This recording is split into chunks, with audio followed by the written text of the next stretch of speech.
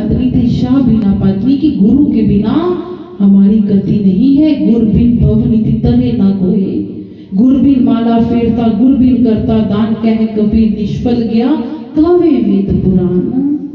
गुरु रे ब्रह्मा गुरु रे विष्णु गुरु रे देवो महेश्वरा गुरु रे साक्षात पर ब्रह्मा तस्मै श्री गुरुवे नमः। कितने ही ऐसे वेद ग्रंथ शास्त्र हैं हमारे भारतीय संस्कृति में जो गुरु की महानता से भरे हुए हैं। अगर ये सत्य ना है तो सत्य क्या है? फिर ये वाणी लिखने की क्या जरूरत थी? हम कहते हैं गुरु की क्या जरूरत है, हम कर रहे हैं। तो संत कबीरदास महाराज जी कहते हैं जब तक जीवन में गुरु नहीं तब तक हम उसकी विधि को जान नहीं सकते। गु अंधेरा जानिए रो कहिए प्रकाश मिटे अज्ञानतम ज्ञान से गुरु नाम है तास। कहते गुरु हमारे जीवन से अज्ञानता को दूर करता है, अंधकार को दूर करता है। गुरु हमें वो मार्ग दिखाता है जो हमें सत्य की ओर लेकर जाता है। गुरु हमारे जीवन को महान बनाता है क्योंकि हमें लक्ष्य से मिला देता है, हमारी मंजिल दिखा देता है। कितना महान वे गुरु है जिसकी महिमा प्रत्येक भक्त गा रहा है। क्यों गा रहा है? क्योंकि उन्होंने देख लिया। नामदेव जी अपनी वाणी के माध्यम से कहते हैं जब देखा तब गावा तो मन धीरज पावा, कि जब देख लिया फिर उसकी महिमा गाने का भी आनंद आता है। हम क्यों गा रहे हैं? इतने समय से क्यों बोल रहे हैं? हमें क्या मिल गया?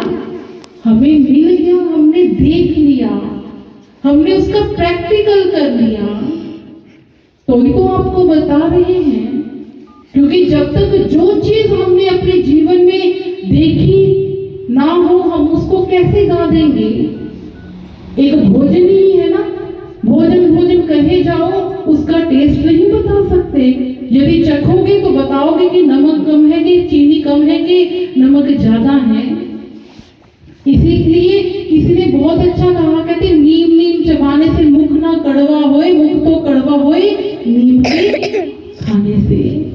खांड खांड कहे मुख ना मीठा होए, मुख तो मीठा होए खांड के खाने से।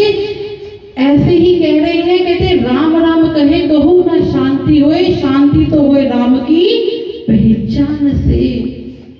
कहते कही जाओ बोली जाओ नहीं मिलेगा।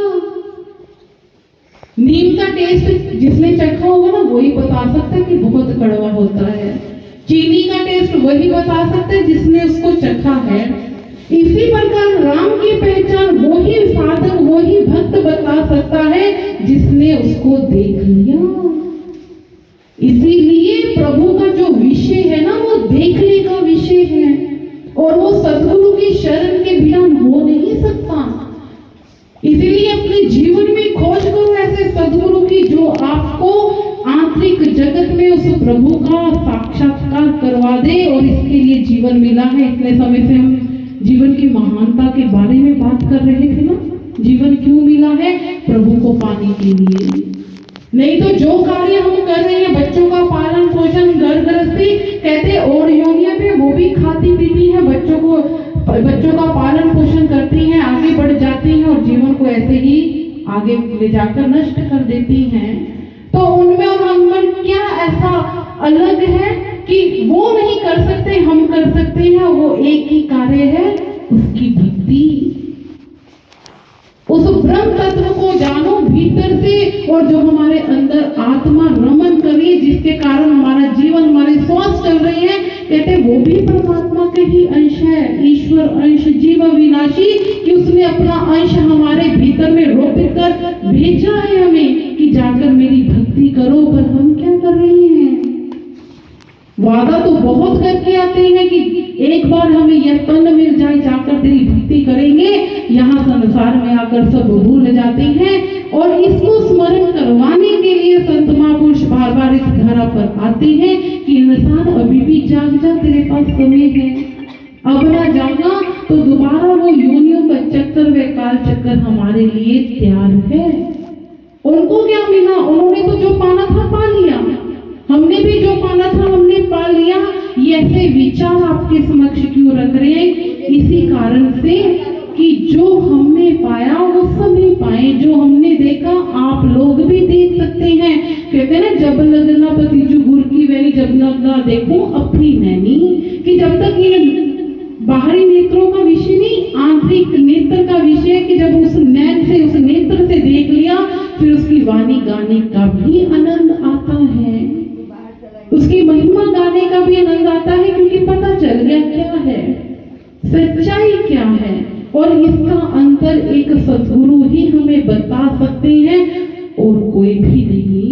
इसीलिए अपने जीवन में ऐसे सद्गुरु की खोज करो जो आपको आपके घट के भीतर उस परमात्मा का साक्षात्कार, उस प्रभु का दर्शन करवा दे। और प्रभु का स्वरूप, हम बाहरी प्रतिमाएं देखते हैं ना, हम हाथ जोड़ लेते हैं, आंखें बंद कर लेते हैं, वो क्यों करते हैं कि ऐसा ही स्वरूप हमारे घट के भीतर में है और वो प्रकाश पुंज में हमारे घट में विद्यमान है। हम ज्योति प्रज्वलित करते हैं, बाहरी रूप में वो संकेत देती है कि ऐसी ही ज्योति आपके भीतर में भी है, जग रही है, पर उसको देखने वाली वह आंख चाहिए।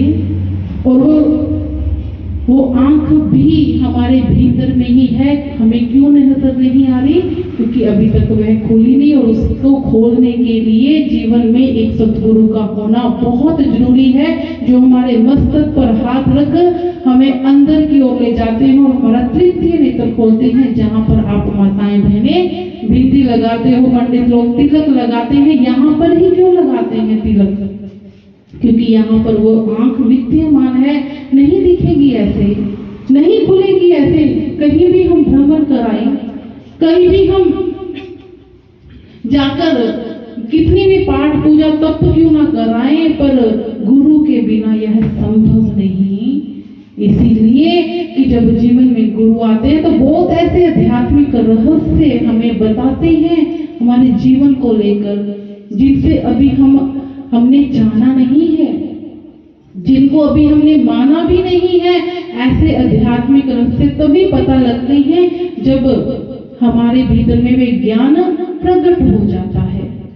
फिर उसके बाद हमें एक एक बात की समझ लगती है और वह परमात्मा हमारे भीतर में भी ऐसी ही ज्योति, भर्गो ज्योति जिसको बोला गया, उसी ही रूप में विद्यमान है। जानो, अपने जीवन की पहचान करो, अपने जीवन को पहचान कर, अपने जीवन को जानकर आगे बढ़ो।